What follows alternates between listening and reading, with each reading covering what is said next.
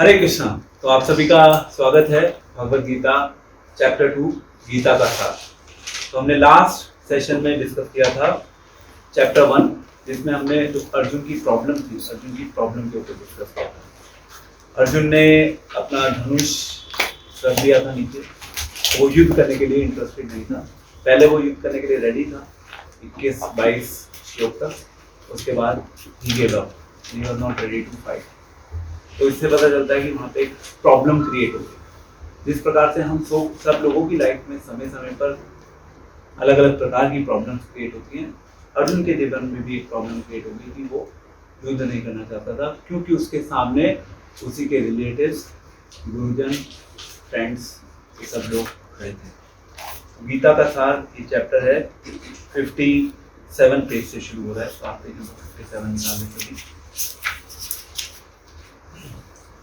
तो 56 में अगर आप लास्ट में देखें तो तात्पर्य में लिखा है, ऐसा दयालु तथा कोमल हृदय व्यक्ति जो भगवान की सेवा में रत हो, आत्मज्ञान प्राप्त करने के योग्य है। तो यहाँ पर क्वालिफिकेशंस बताई हैं।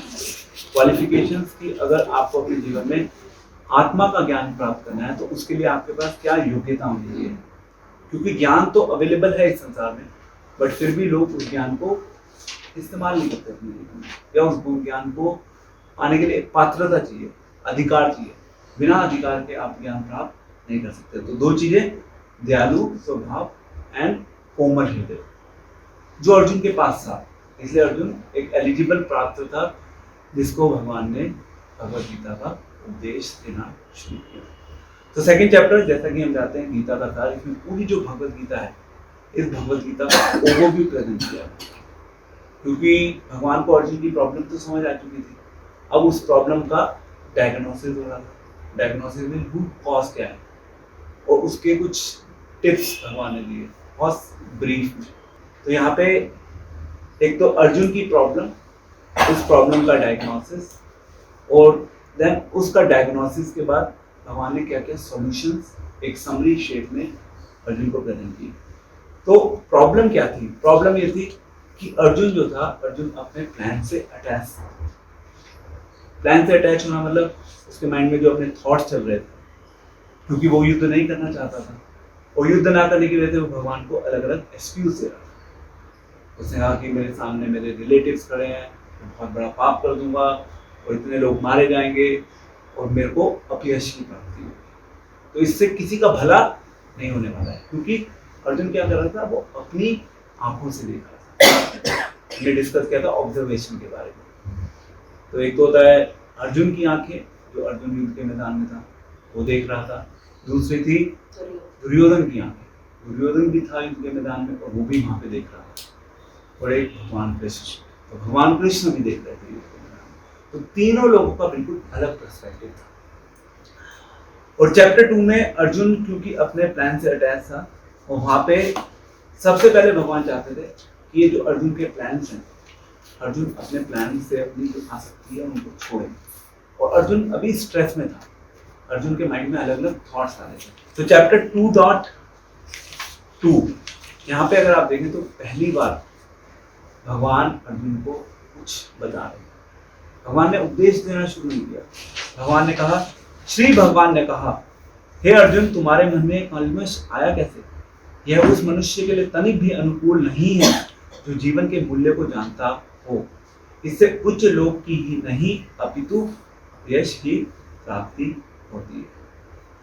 तो भगवान कृष्ण को पता चल गया कि भाई अर्जुन तो प्रॉब्लम में है, और फिर अर्जुन को भगवान ने धुतकारा। तो भगवान ने धुतकारा, और उसके बाद अगर आप अगले श्लोक में देखें 2.3 में, तो भगवान ने अर्जुन को नपुंसक तक बोल दिया कि हे प्रथापुत्र, इस हीन नपुंसकता को प्राप्त मत हो, ये तुम्हें शोभा नहीं देती। हे शत्रुओं के दमन करता, हृदय की शुद्र दुर्बलता को त्याग कर युद्ध के लिए तैयार हो जाओ। ठीक है, तो अब यहाँ पे भगवान ने इंस्ट्रक्शन नहीं दी, भगवान ने केवल कह दिया युद्ध के लिए तैयार हो जाओ। तो आप यहाँ पे देख रहे हैं कि भगवान, ऐसा नहीं कि भगवान ने, अगर आप प्रैक्टिकली देखें कि आप यहाँ पे भगवान ने बोल दिया कि युद्ध के लिए तैयार हो जाओ, एक तरीके से भगवत गीता खत्म हो गई। खत्म हो गई ना भगवत गीता, क्योंकि उपदेश दे दिया भगवान ने, युद्ध करवाना था। परंतु युद्ध के साथ साथ भगवान चाहते थे कि वो कन्विंस होकर युद्ध करे, उस कन्विक्शन के लिए आगे पूरी भगवत गीता बची हुई बोली गई। रीजनिंग चाहिए ना अर्जुन को कि मेरे को युद्ध क्यों करना है। तो इसी प्रकार से जब हम भगवान की बात करते हैं तो हमारे जीवन में रीजनिंग होनी चाहिए कि हमें भगवान की भक्ति क्यों करनी है, भगवान की सेवा क्यों करनी है, मंदिर जाके क्या होगा, भगवत गीता पढ़ के क्या होगा, ये सब क्लियर होना चाहिए। हरे कृष्ण कीर्तन करके क्या होगा, अदरवाइज हम कर तो रहे होंगे, अभी आपको घंटी की आवाज सुनाई दे रही, घंटी तो बजा रहे होंगे लोग, बट घंटी क्यों बजानी है, सिंपल सा फैक्ट है। तो इसके ऊपर विचार नहीं होता। तो रीजनिंग पूरी भगवत गीता में भगवान ने अर्जुन को रीजनिंग करनी है, इसलिए बची हुई भगवत गीता बोली गई। नहीं तो यहाँ पे भगवत गीता खत्म है 2.3 के लिए तैयार हो गया, ठीक है, आई एम रेडी सर, चलो लेट्स स्टार्ट। ऐसा नहीं हुआ। अब अगेन क्योंकि अर्जुन अपने प्लान से अभी भी अटैच है, अर्जुन ने फिर से अपनी बुद्धि से रीजनिंग्स यानी कि लॉजिक्स प्रेजेंट कर दिए कि मैं युद्ध नहीं करूंगा इन कारणों की वजह से।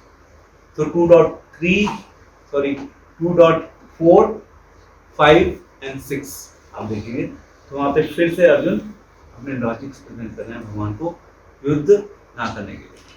अब 7 में बहुत इंपॉर्टेंट लेसन है सभी के लिए। एक्चुअली अब आप देख रहे हैं भगवान ने इमीडिएटली अर्जुन को डिटेल में एडवाइस देना शुरू नहीं किया। भगवान को पता चल गया कि अर्जुन अभी डिप्रेस स्टेट ऑफ माइंड में, अर्जुन अभी अपने प्लान से आ सकता है।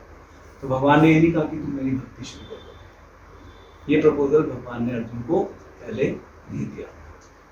इट्स लाइक अगर कोई डिप्रेस स्टेट ऑफ माइंड में हो, आप उसको फॉर एग्जाम्पल अगर किसी के परिवार में किसी की मृत्यु हो जाए, आप उसके घर जाके अगर उससे भगवत गीता का उपदेश देना शुरू करें, कोई नहीं सुनेगा आपकी बात।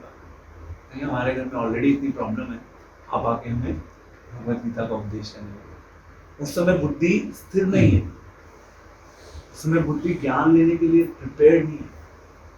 तो यहाँ पे भगवान भी एडवाइस जब अर्जुन को कर रहे हैं, उस एडवाइस को देखते पहले भगवान अर्जुन को तैयार कर रहे हैं, चेक कर रहे हैं क्या अर्जुन रेडी है ज्ञान को लेने के लिए।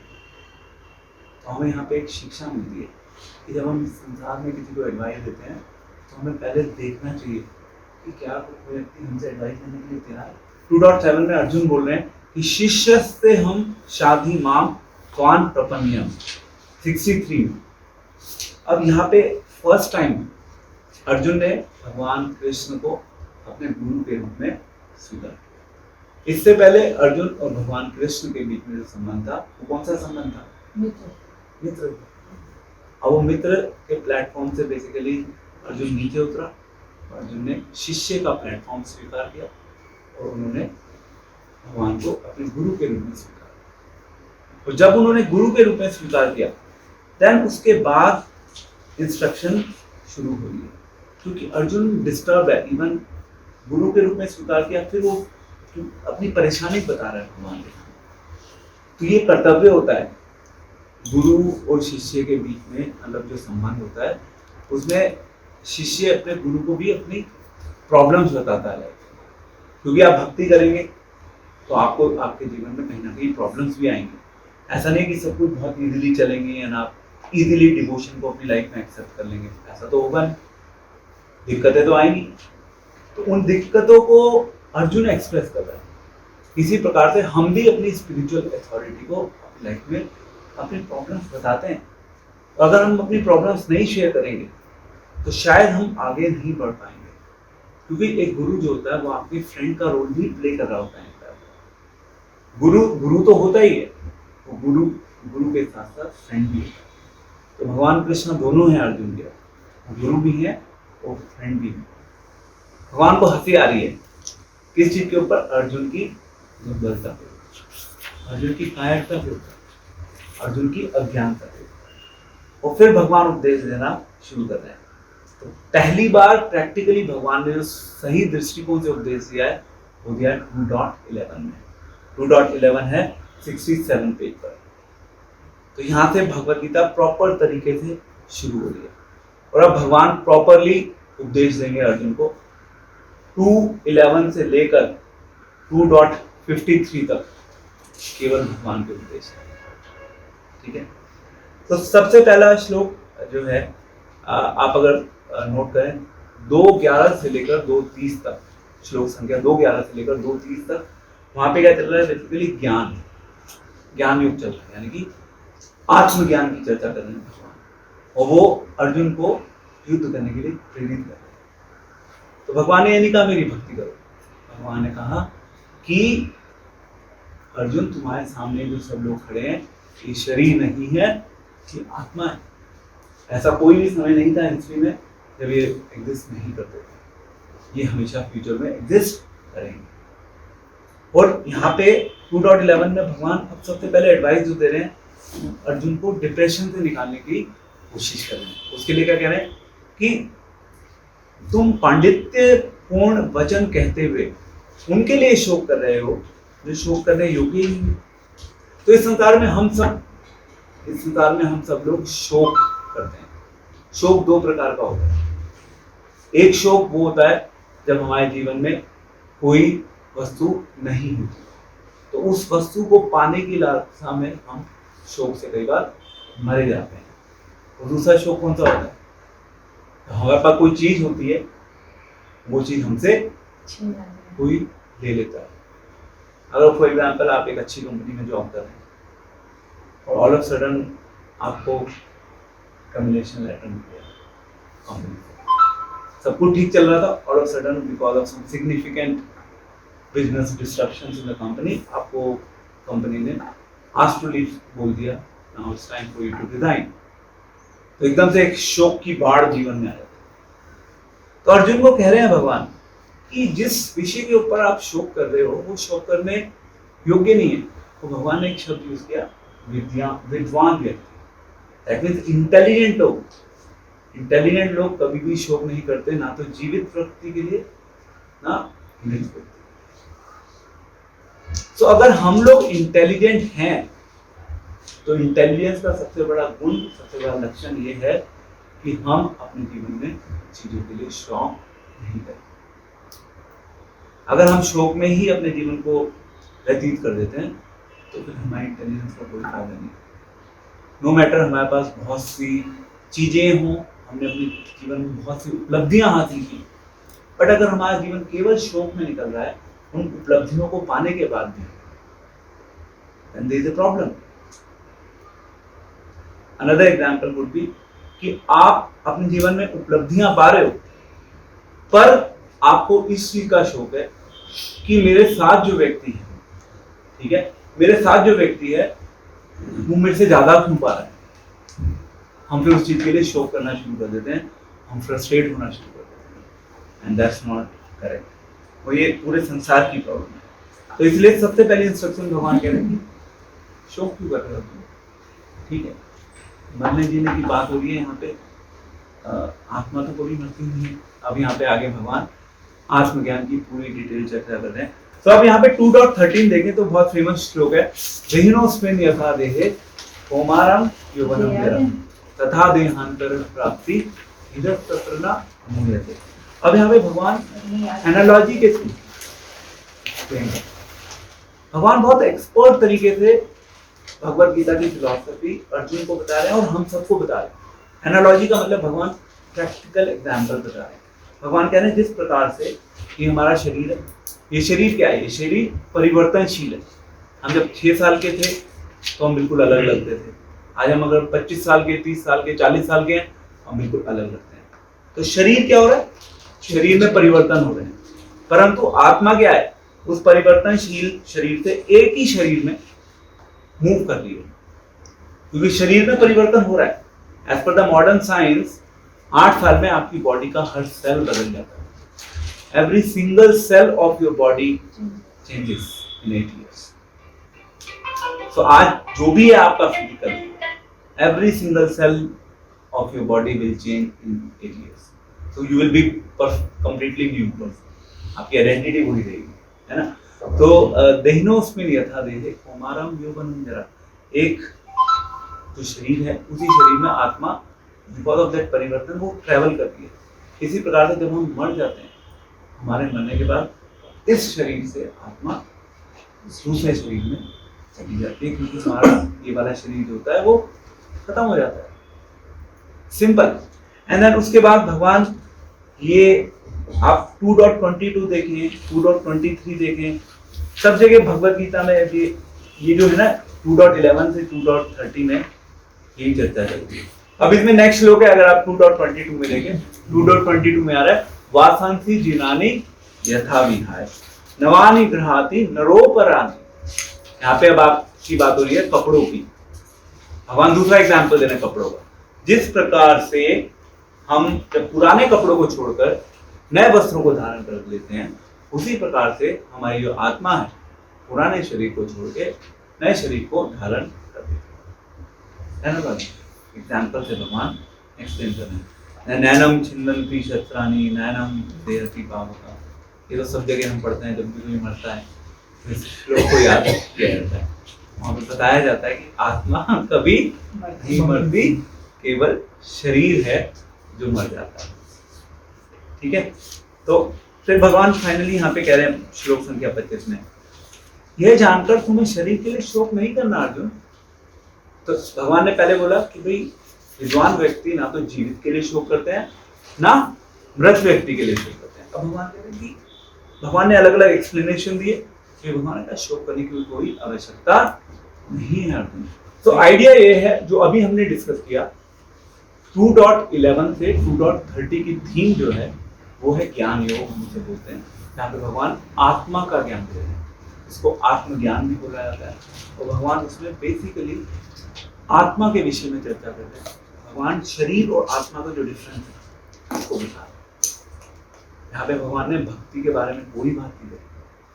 भगवान ने अर्जुन को केवल युद्ध करने के लिए प्रेरित किया। किस आधार पे? ज्ञान योग के आधार, ज्ञान के बल पर युद्ध करने के लिए प्रेरित किया। तो ये है थीम 2.11 टू 2.30 की। अब आप आ जाइए 2.31 टू 2.38। हाँ, अब यहाँ पे भगवान बात कर रहे हैं कि आप अर्जुन क्षत्रिय हो, तो पहला हुआ ज्ञान योग। अब दूसरा है सकाम कर्म। एक होता है निष्काम कर्म, एक होता है सकाम कर्म। सकाम कर्म आपको पता है सकाम कर्म क्या होता है? अपनी इच्छाओं को पूरा करने के लिए जो करते हैं। हाँ, तो सकाम कर्म का मतलब होता है आप अच्छे कार्य करते हैं, उसके बदले में कुछ आप पाना चाहते हैं। तो हमारे वेदों में, हमारे शास्त्रों में सकाम कर्म का सिस्टम दिया गया है। उस सिस्टम के अकॉर्डिंग आप करो, आपको उसके बदले में ये लाभ मिलेगा। तो अगर आप युद्ध करोगे, फॉर एग्जाम्पल अर्जुन को ये कह रहे हैं भगवान, आप युद्ध करोगे तो आपके लिए बेनिफिशियल है वो। अब सेकंड लेवल पे प्रेरित कर रहे हैं भगवान अर्जुन को युद्ध करने के। इसमें भगवान उसको एक लालच दे रहे हैं। Fine, it's time for you to fight, continue, don't stop. रुकना नहीं अर्जुन। परंतु भगवान चाहते हैं एटलीस्ट गुड शुड हैपन। अगर उसमें लालच भी दिया जा रहा है तो अच्छाई के लिए वो चीज होनी चाहिए, धर्म की स्थापना करने के लिए वो चीज होनी चाहिए, उसमें कोई खराबी नहीं है। तो ये ना लेवल्स ऑफ प्रोग्रेशन है। पहले ज्ञान, फिर उसके बाद कुछ लोभ भगवान ने दे दिया, ओके फाइन, इस लोभ से कर लो युद्ध। उसके बाद 2.38 पे आ जाइए, पेज नंबर 93। और फाइनल कंक्लूजन है ये, वहां पे भगवान कह रहे हैं सुखे दुखे समय कृत्वा लाभा लाभो जया जयो ततो युद्धाय युज्यस्व नेव पापम वाप्स्यसि। 93 पेज नंबर पे। तुम सुख या दुख, हानि या लाभ, विजय या पराजय का विचार किए बिना युद्ध के लिए युद्ध करो। ऐसा करने से तुम्हें कोई पाप नहीं लगेगा। भगवान कह रहे हैं कि आप करो अपने कर्तव्य को पूरा।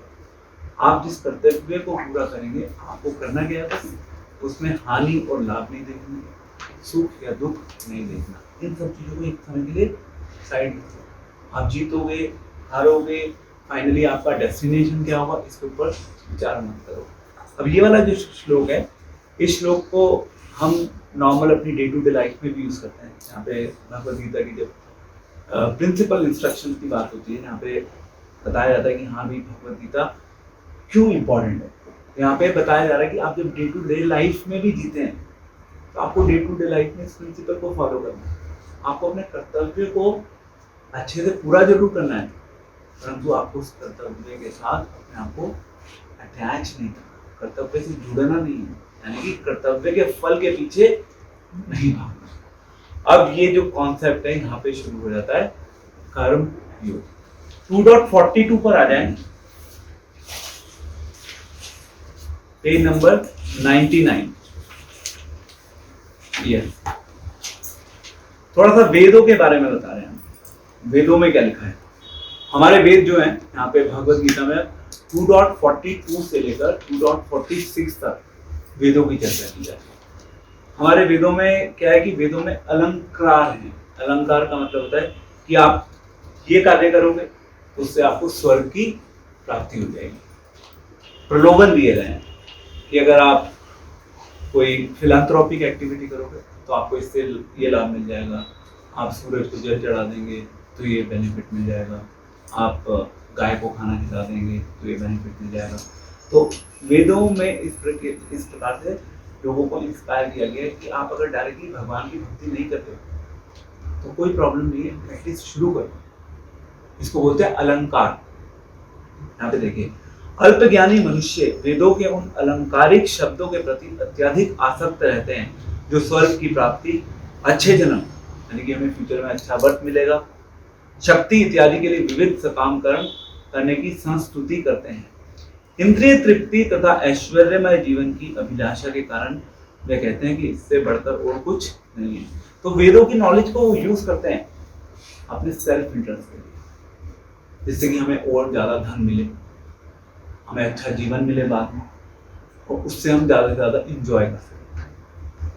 क्योंकि वेदों में एक कॉन्सेप्ट बताया गया है कि आप चैरिटी करो, आप धार्मिक अनुष्ठान ऑर्गेनाइज करो, धर्म के लिए पैसा दो, आपको मिलेगा उसका रिटर्न। बता रहे हैं यहाँ पे। अब यहाँ पे एक एनालॉजी यूज की है 46 में, बहुत अच्छी एनालॉजी है, पेज नंबर 101। यहाँ पे कह रहे हैं कि एक छोटे से कूप का सारा कार्य, मतलब एक कुएं होते थे पहले और एक जलाशय जिसको हम पॉन्ड बोल सकते हैं, एक है कुआं और एक है पॉन्ड। तो एक छोटे से कुएं का सारा कार्य एक जलाशय पूरा कर सकता है ना। तो इसी प्रकार से जो वेदों के आंतरिक तात्पर्य को जानता है, वेदों के जो मूल सिद्धांत को जानता है, वो उसके सारे जीवन के प्रयोजन सिद्ध हो जाते हैं। फिर उसको अलग से ये जो वेदों के जो कर्मकांड सेक्शन के प्रोविजंस हैं उसको फॉलो करने की कोई आवश्यकता नहीं।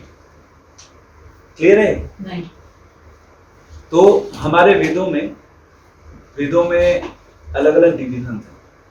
हमारे वेद सतोगुण, रजोगुण एंड तमोगुण की भी बात करते हैं। अगर आप पुराणों की बात करें, हमारे पुराणों में भी 3 डिवीजन है, सतोगुण, रजोगुण एंड तमोगुण, यानी कि 6 पुराण सतोगुण में है, 6 पुराण रजोगुण में है और 6 पुराण तमोगुण में है। तो हमारे वेदों में ना बहुत कुछ है। हमारे वेदों में ये भी बताया गया है कि आप इसकी पूजा करोगे तो आपको इससे आपके जीवन में धन धान्य मिल जाएगा, अच्छा जीवन मिलेगा। ये सारी शिक्षा है वेदों में। परंतु जो वेदों के निचोड़ यानी कि वेदों के निष्कर्ष जो जानने की कोशिश करता है, उसके जीवन में बाकी सारे प्रयोजन अपने आप पूरे हो जाते हैं।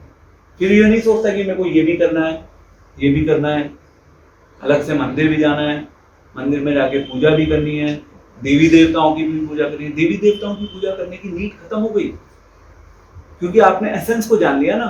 फिर आप एसेंस के ऊपर फोकस करेंगे। समझ आ गया? हमारे जीवन का लक्ष्य है कि हम एसेंस के ऊपर फोकस करें, और एसेंस है वासुदेव भक्ति। That's the essence of life. बाकी और कोई एसेंस मुझे नजर नहीं आई। पूरी श्रीमद् भागवतम का सार है वासुदेव भक्ति। एंड भगवत गीता में भगवान आगे बोल रहे हैं 15 चैप्टर में, वेदेश्च सर्वेर अहम एव विद्या। वेदों का जो उद्देश्य है वह मुझे जाके जानना। लेकिन ये नेसेसरी फुटस्टेप्स नहीं है उस अल्टीमेट पे पहुंचने के लिए। Yes. इसके बिना direct you can not reach. नहीं, डायरेक्टली यू कैन रीच। अब क्या है कि एक क्लास है, एक क्लास में सारे स्टूडेंट्स हैं। कुछ स्टूडेंट्स को पता चल गया मेरा लक्ष्य वो है, और अगर मेरे पास वो फैसिलिटी है कि मैं डायरेक्टली लिफ्ट यूज करके टॉप पे पहुंच जाऊं, तो मैं लिफ्ट यूज करूंगा ना। Why should I go step by step? अब जिनको पता ही नहीं कि लिफ्ट भी है अवेलेबल, वो स्टेप्स फॉलो करने में लगे हो। हो सकता है वो some time in near future, in some years और may be after some lifes वो पहुंच जाएंगे टॉप पे, बट हमें तो लिफ्ट की फैसिलिटी मिल गई ना। ये भगवत गीता आपको लिफ्ट की फैसिलिटी दे रही है। वेद जो है वो आपको सीढ़ियों का सिस्टम बता रहे हैं। इसलिए वेदों की नॉलेज में हम ज्यादा इंटरेस्टेड नहीं है। वेद इंपॉर्टेंट है, बट हमें वेद की जो एसेंस है, जो हमारे वेदों का सार है, हमें उसकी ओर फोकस करना है। ओके, नाउ 2.47 पे आ जाए। मोस्ट इंपॉर्टेंट श्लोक पेज नंबर 102 एंड 103 पे। ये भी श्लोक हम बचपन से सुनते आ रहे हैं। मैंने जब भगवत गीता पढ़नी नहीं शुरू की थी, उससे पहले इस श्लोक को बहुत जगह सुना था। इसका मतलब है कर्मण्यवाधिकारस्ते मा फलेषु कदाचन मा कर्म फल हेतु गुणमा ते संगोस्तस्त्व कर्मणि। अनुवाद, तुम्हें अपना कर्म कर्तव्य करने का अधिकार है, किंतु कर्म के फलों के तुम अधिकारी नहीं हो। तुम ना तो कभी अपने आप को अपने कर्मों के फलों का कारण मानो, ना ही कर्म ना करने में कभी आसक्त हो। अभी हमें बहुत इंपॉर्टेंट शिक्षा हम सभी के लिए। सबसे पहली शिक्षा ये है कि जो लोग कहते हैं कि कर्म करो फल की चिंता मत करो, वो सिद्धांत यहाँ पे नहीं है। जिस चीज़ को प्रमोट किया जाता है हमारी सोसाइटी में, वो इस श्लोक में कहीं नहीं। भगवान ने ये जो बोला है, तुम्हें अपने कर्म करने के ऊपर अधिकार है। फिर कहा कि कर्मों के फल के अधिकारी नहीं होते। तो कर्मों के फल के अधिकारी कौन हो गए? भगवान हो गए। यानी कि आप फल खुद नहीं खाओगे। मतलब कि अगर आपने अपने जीवन में हेड से कुछ किया, कुछ भी कार्य किया, कुछ भी कार्य मतलब जॉब करोगे, बिजनेस करोगे, whatever activities you will be doing, उससे फल आए, उस फल को केवल तुम नहीं खा सकते, उस फल के ऊपर मेरा अधिकार है। ओके, कह रहे हैं तुम ना तो कभी अपने आप को अपने कर्मों के फलों का कारण मानो।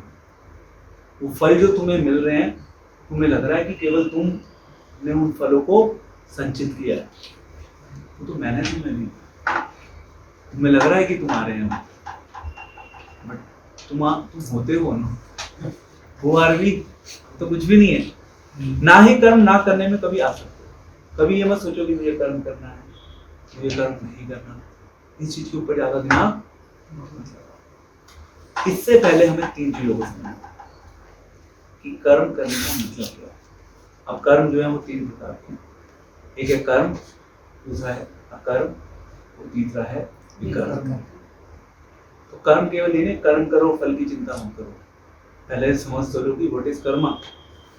तो कर्म मतलब हमारे शास्त्रों में जो बताया गया है, शास्त्र निहित कर्म, कर्म की कैटेगरी में आते हैं। अब शास्त्रों में ये भी बताया गया है कि भाई किसी के साथ गलत मत करो, झूठ मत बोलो, चोरी मत करो, मर्डर मत करो किसी का।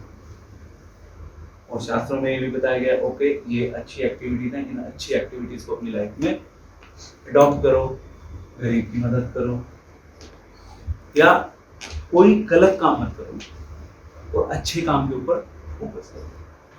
और वो डिफाइंड भी है हमारे शास्त्रों में। अगर आप डिटेल में जाएंगे क्या गलत कर्म है, क्या अच्छे कर्म है, ठीक है। तो ये है कर्म। दूसरा है अकर्म। अकर्म का मतलब अकर्म से पहले विकर्म, तो दूसरा हो गया विकर्म। विकर्म का क्या मतलब है? बुरे कर्म करना, जो शास्त्रों में हाँ, जो शास्त्रों में नहीं दिया आप वो कर रहे हो। जो शास्त्रों में नहीं दिया, ये जो शास्त्रों में मना है। शास्त्रों में मना है, जिस चीज को शास्त्रों में मना किया गया है वो कर्म विकर्म की कैटेगरी में आते हैं। आप मर्डर कर रहे हो, चोरी कर रहे हो, किसी के साथ गलत कर रहे हो, वो सब क्या है? शास्त्रों के विरुद्ध है। जो भी चीज आप शास्त्रों के विरुद्ध करोगे वो विकर्म है। अब कर्म एंड विकर्म का क्या है कि it comes back. This is a rule of karma and vikarma. आप अच्छे कर्म करोगे वो भी आपके पास अच्छे फल के रूप में वापस आए। बुरे कर्म करोगे तो बुरे कर्म के भी बुरे फल आपके जीवन में वापस आएंगे। ये इंपॉर्टेंट है। अब आप थर्ड जो था वो था अकर्म। आप अपने जीवन में ऐसा कर्म करते हो जिसका अच्छा या बुरा फल आपके पास वापस नहीं आता, तो वो क्या है? भगवान को समर्पण कर देना अपने कर्म। अपने जीवन के सारे कर्म भगवान को केंद्र में रखते हुए। यानी कि भगवान की भक्ति करना, भगवान की सेवा करना, भगवान की प्रसन्नता के लिए सारे कार्य करना। तो ये भी तो शास्त्रों में लिखा है, तो ये शास्त्रों के अकॉर्डिंग ही होगा। ये शास्त्रों में लिखा है, पर ये ऐसा कर्म है, ये एक्चुअली कर्म नहीं है, भक्ति है, इसलिए इसको अकर्म का नाम दिया हुआ है। अभी ये जो प्रोग्राम में आप आए हुए हैं, इस क्लास को अटेंड कर रहे हैं, कि ना तो कर्म है ना ये विकर्म है, ये अकर्म है। इसका आपको कोई नेगेटिव रिपरकशंस नहीं लगेगा या पॉजिटिव रिपरकशन नहीं लगेगा। इससे तो आप भक्ति की शिक्षा ले रहे हो ना, इससे आप भगवान के पास आने का जो विज्ञान है उस विज्ञान को समझ रहे हैं। तो कर्म तो ये भी है ना, कर्म तो है ना, क्योंकि आप अपने दिमाग को भी लगा रहे हो, अपना समय भी दे रहे हो, आप अपने शरीर को उठा के यहाँ लेके भी आए हो, राइट? भगवान को भोग लगा के खाना, वो क्या है, कर्म है अकर्म? वो भी अकर्म, अकर्म अकर्म। तो वो तो हम भी खा रहे हैं। हाँ तो अच्छी बात है ना, अकर्म करना तो अच्छी बात है। कर्म भी बढ़ाने हैं। हमें अल्टीमेटली अकर्म ही तो बढ़ाना है, जिससे हम फंसे ना इस संसार में, क्योंकि अच्छे कर्म भी फंसाएंगे और बुरे कर्म तो फंसाएंगे ही वापस फंसाएंगे। यहीं पर आएंगे आप। हम ना तो अच्छे कर्म में इंटरेस्टेड है, ना बुरे कर्म में इंटरेस्टेड है, हम भक्तिमय कर्म में इंटरेस्टेड है। अब इनके बीच में डिफरेंस क्या है वो डिटेल में हम आगे के जो 3rd, 4th and 5th chapter है वहां पे डिस्कस करेंगे। But on A broader level एक डिवोटी जो होता है वो कभी बुरे कर्म तो करता ही, तो उसके अच्छे कर्म अपने आप हो जाते हैं, उसमें इंक्लूडेड होते हैं। तो प्रभुपाद एग्जांपल देते हैं, जिस प्रकार से आप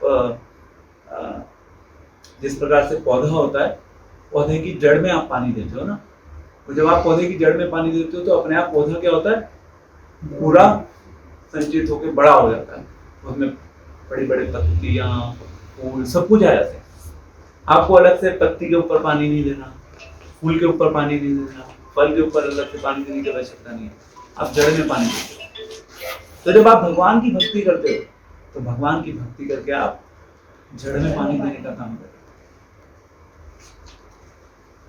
आपको जरूरत नहीं है कि आपको पत्ती में पानी देना है, अलग से फूल में पानी देना है।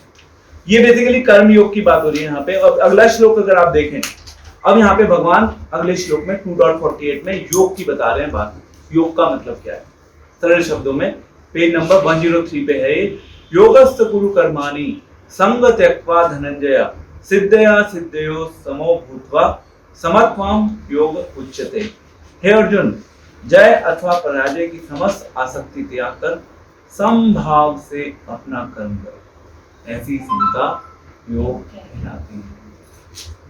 यहाँ पे योग की परिभाषा दी है भगवान ने। योग का मतलब क्या है? योग की परिभाषा में एक शब्द यहाँ पे जो इस्तेमाल हुआ वो है समभाव, इक्वानिमिटी। इक्वानिमिटी बोलने में बहुत अच्छा लगता है, माइंड को इक्विलिब्रियम पे लेके आता, बट इसके साथ जीवन को जीना आसान नहीं है। जिसे कहते हैं live in the present moment, आगे जीत होगी हार होगी नहीं सोचना। हाँ मतलब अलग अलग लोग उसको अलग अलग तरीके से डिफाइन कर देते हैं, live in the present moment. Practically लोग रहते हैं ऐसी स्टेट ऑफ माइंड में। क्या योगा करने वाले जिस चीज को बहुत ज्यादा प्रमोट किया जाता है आज के समय में सोसाइटी में, do they live in the present moment? क्या वो संभव से जीते हैं अपने जीवन में? जी सकते हैं? जब तक आपकी इच्छाओं के ऊपर आपका कंट्रोल नहीं है तब तक आप कैसे जी पाओगे संभव से? पहले तो आपको अपनी इच्छाओं को साइड रखना होगा या अपनी इच्छाओं को एक पॉजिटिव डायरेक्शन में एंगेज करना होगा। जब तक आप अपनी इच्छाओं को पॉजिटिव डायरेक्शन में एंगेज नहीं करोगे तब तक आप फंसोगे। तो इससे बाहर निकलना है हमें। तो ये प्लॉट है अपने आप में, और इस प्लॉट से बाहर निकलने के लिए भगवान ने योगा सिस्टम इंट्रोड्यूस। पूरा साइंस जो है डिवोशन का वो हमें इसी लेवल पे लेके आ रहा है कि हमें समभाव विकसित करना है। जिसने अपने जीवन में समभाव विकसित कर लिया उसने संसार में जीते हुए मुक्ति पा ली। सर क्या हुआ संभाव फिर फाइनली? संभाव ये होगा कि आपके जीवन में विषम परिस्थितियां आएंगी, सम परिस्थितियां आएंगी। उन सभी परिस्थितियों को आप भगवान की कृपा के रूप में स्वीकार करके आप अपनी भक्ति को बिल्कुल बिना हिले डुले हमेशा परफॉर्म करते रहोगे। आप प्रभावित नहीं होंगे संसार के जो अलग अलग प्रलोभन आपको देखने को मिलेंगे। कभी आपके जीवन में अच्छा घटेगा, कभी आपके जीवन में बुरा घटेगा। ये तो चलता रहेगा इस संसार में, और हमें से कोई भी नहीं बचेगा इस चीज से। परंतु भगवान ये कह रहे हैं कि ओके फाइन, आपको टेम्परेली इम्पैक्ट आ सकता है। अगर किसी के परिवार में कोई सदस्य चला जाता है इस संसार से, तो ऐसा तो कोई व्यक्ति नहीं है परेशान नहीं होगा, दुखी नहीं होगा, but if it is momentary it is fine. आपने पूरे जीवन से उस चीज को अपने जीवन से लगा के बैठ गए कि वो मेरे जीवन से एक व्यक्ति चला गया, मैं आगे जीवन से ऐसे जीवन, फिर आप फंस गए। I take an example of lord Ram. भगवान राम के जब फादर इस संसार से चले गए, तो भगवान राम को जब बताने के लिए वो पूरे अयोध्या वासी गए थे चंद्र, जब भगवान को ये सूचना मिली कि दशरथ जी चले गए इस संसार से, तो भगवान राम प्रैक्टिकली बहुत रोए थे वहां पर। तो भगवान राम संभव नहीं थे। तो कई बार जनमानस के लिए और टेम्परेरी ऐसी चीजें हो सकती हैं, परंतु आप उस चीज के साथ अपने जीवन को कैरी नहीं करते, उस चीज को लेके नहीं चलते जीवन को, उस शो। तो भगवान राम एक आदर्श ह्यूमन बीइंग का रोल प्ले कर रहे थे, इसलिए उन्होंने जनमानस के लिए, समाज के लिए एग्जाम्पल को प्रेजेंट करने के लिए उन्होंने इस तरीके से करके दिखाया।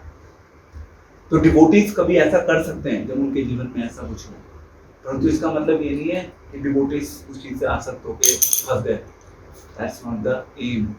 तो हमें समभाव से जीवन को जीना है और वो ही योग कहलाता है। और ये समभाव का कॉन्सेप्ट तब तक नहीं आ सकता आपके जीवन में जब तक आप भगवान को अपने जीवन में, अपने जीवन का लक्ष्य मानकर हर कार्य नहीं करते। तो हमारा 53 तक हो गया है, एंड अब आप आ जाएं 2.54 से 2.72। अब यहाँ पे भगवान कृष्ण पे अर्जुन प्रश्न पूछते हैं, ठीक है। भगवान कृष्ण प्रश्न पूछते हैं और इस प्रश्न में भगवान जो प्रश्न पूछ रहे हैं, भगवान से जो अर्जुन प्रश्न पूछ रहे हैं, इस प्रश्न में अलग अलग सब्जेक्ट जो डिस्कस किए गए हैं। एक है इंद्रियां, हम सबकी सेंसेस, और सेंसेस के ऑब्जेक्ट्स हैं, और उन सेंस ऑब्जेक्ट से हम लोग प्रभावित हो जाते हैं, impacted, we get impacted, please कहना, we get impacted from the sense objects, और उससे हमारे माइंड में अलग अलग इंप्रेशंस चले जाते हैं, एंड उन इंप्रेशंस की वजह से हम लोग सफर करते हैं। And the society's situation is very pathetic because of that. क्योंकि ग्लैमराइज किया जा रहा है ना चीजों को बहुत ज्यादा, इस तरीके से प्रेजेंट किया जा रहा है कि लोग उस चीज के पीछे भागेंगे। उसका रीजन क्या है at the base? It is technology. तो सर हम गीता को क्यों नहीं ग्लैमराइज कर पा रहे? गीता को ग्लैमराइज कैसे करेंगे सर? जैसे डिफिकल्ट है ना फॉलो करना उसको। ग्लैमराइज नहीं, हम तो देखो logically at our level what we can do, हमने we created the course, logically उस कॉन्सेप्ट को प्रेजेंट कर दिया, हम उसको अपना यूट्यूब चैनल पे डाल देंगे, 10 लोग देख लेंगे, 20 लोग देख लेंगे, 30 लोग देख लेंगे, हम अलग अलग प्रोग्राम्स कर लेंगे, अलग अलग लेवल्स के लिए अलग अलग क्लासेस हो रही हैं, हम जो अपने लेवल पे छोटे छोटे प्रयास कर सकते हैं हम वो कर रहे हैं। हमारा बाल गोकुलम अलग से चल रहा है, बाल गोकुलम के बाद अब बच्चों का यंगस्टर्स का प्रोग्राम हमने शुरू किया, तो अलग अलग लेवल्स के प्रोग्राम हम जो क्रिएट कर सकते हैं वो कोशिश कर रहे हैं। तो वो एक it is an approach of glamorising things are. Srila Prabhupada says that it's like new bottle old wine. हमारे यहाँ सबसे मुश्किल लगता है गीता को पढ़ना। गीता क्या जब किताब है? तक रिस्पेक्ट नहीं देंगे ना अपने ग्रंथों को, तब तक बच्चे इस तरफ आएंगे ही नहीं। उनको ये ओल्ड फैशन लगता है। Actually, it's not about respect, it's about love. Okay, let's go to this shloka number 2.70, page number 119. आप मेरे साथ इसको रिसाइट कीजिएगा, ये मेरा फेवरेट श्लोक है, वेरी इंपॉर्टेंट। अपूर्ण्यमानं मचलं प्रतिष्ठं समुद्रमापि प्रविशन्ति यद्वत् तदत् कामाय प्रविशन्ति सर्वे स शान्तिमाप्नोति न कामकाम। 2.70 भगवद गीता। तो जो पुरुष समुद्र में निरंतर प्रवेश करती रहने वाली नदियों के समान इच्छाओं के निरंतर प्रवाह से विचलित नहीं होता और जो सदैव स्थिर रहता है, वही शांति को प्राप्त कर सकता है, वह नहीं जो ऐसी इच्छाओं को तुष्ट करने की इच्छा है। ठीक है, ये सबसे बड़ा सीक्रेट है, और जिसने इस सीक्रेट को अपने जीवन में उतार लिया उसका जीवन सफल हो गया। क्या बता रहे हैं यहाँ पे? यहाँ पे भगवान एक एनालॉजी लेकर आए। एनालॉजी, समुद्र है और बहुत सारी नदियां हैं। अब नदियों का जल फाइनली समुद्र में इकट्ठा होता है। जब समुद्र में नदियों का जल जाता है तो ऑब्वियसली थोड़ी सी हलचल तो समुद्र में होती होगी, पर समुद्र अपने आप में इतना स्थिर, इतना शांत है कि उसको कोई फर्क नहीं पड़ता। अब हम अपने जो माइंड की जो इच्छाओं का खेल है उससे समझते हैं। अगर हम सब लोग एज एन इंडिविजुअल, अगर हम लोग अपने आप से पूर्ण रूप से संतुष्ट हैं, अगर हमारा माइंड स्थिर है और जो भी चीज़ हम अपने जीवन में कर रहे हैं, हमें लालसा नहीं है कि हमें ये भी चाहिए, वो भी चाहिए, कुछ एकदम से मार्केट में कोई अपॉर्चुनिटी आई, हमारे अंदर लालसा नहीं कि हम उस चीज़ के पीछे भटकना शुरू कर दें। तो वो इच्छाएं हैं, सोसाइटी का काम है हमारे जीवन में वो अलग अलग इच्छाएं क्रिएट करेंगे। जिस प्रकार से नदियों का पानी समुद्र में जा रहा है, सोसाइटी का काम है वो इच्छाएं क्रिएट करेंगे। और हमारा काम क्या है? अगर हम लोग स्थिर हैं, शांत हैं, तो हम उन इच्छाओं से प्रभावित होकर उन इच्छाओं को पूरा करने का प्रयास नहीं करेंगे, बिकॉज़ वी आर सेटिस्फाइड। तो ये एग्जाम्पल लिया भगवान ने। तो अब आपको एज एन इंडिविजुअल अपनी लाइफ को एसेस करना है। क्या आप बाहर का ये जो इस संसार की चकाचौंध रोशनी है इच्छाओं के रूप में, उससे प्रभावित होते हैं या नहीं होते? फॉर एग्जाम्पल, आप मार्केट में गए, आपने मार्केट में आप खड़े हुए हैं, एक बहुत बड़ी गाड़ी आके आपके आगे सामने खड़ी हो गई। ये वो गाड़ी है जिसका आपको पूरे जीवन का एक सपना था कि ये गाड़ी मेरे पास होनी चाहिए। जैसे आपके अंदर इच्छा आ गई कि यस यार ये गाड़ी होनी चाहिए, let me put some more efforts, इस गाड़ी को पाने के लिए मुझे प्रयास करना है। और जहां ये प्रयास करने की भावना आई, आप यानी कि आप उस इच्छा को पूरा करने के लिए भागना शुरू कर दो, तो स्थिरता खत्म हो गई, यानी कि आप अपने अंदर से शांत स्थिर नहीं। मैं कंक्लूड कर रहा हूँ बस 5 मिनट्स। ओके, तो गीता का सार क्या है? गीता के सार में बेसिकली अभी हमने केवल एक ओवरव्यू के रूप में गीता के सार को डिस्कस किया है। इसमें भगवान ने एक तो कर्म कांड, सबसे पहले ज्ञान युग के बारे में चर्चा की। Okay, let me again repeat. तो गीता का सार हमारे जो चैप्टर था, चैप्टर 2, इसमें शुरुआत हुई, अर्जुन अगेन प्रॉब्लम में है, उसने भगवान को अपनी प्रॉब्लम बतानी शुरू की और उसने भगवान को अपने गुरु के रूप में एक्सेप्ट किया। एंड देन फिर भगवान ने अर्जुन को सबसे पहले उसकी डिप्रेस स्टेट ऑफ माइंड से निकाला।